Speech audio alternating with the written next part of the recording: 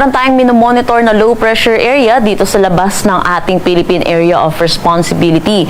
Ito ay huling namataan sa layong 1,350 kilometers east ng northeastern Mindanao. Sa ngayon po, mataas na yung tsansa nito na maging isang ganap na bagyo within the next 24 hours at posible din pumasok ng ating PAR ngayong araw. Pag naging bagyo po, ito po yung pangalawang bagyo po natin at tatawagin natin itong Basyang.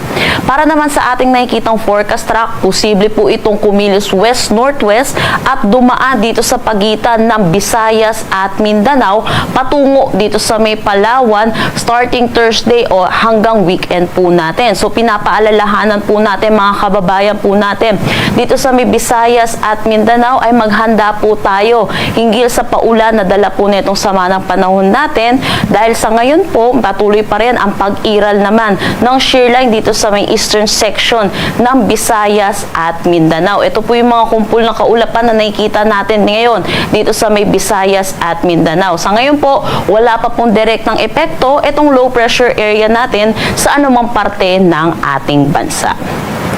Samantala, yung northeast monsoon naman patuloy na umiiral dito sa buong Luzon.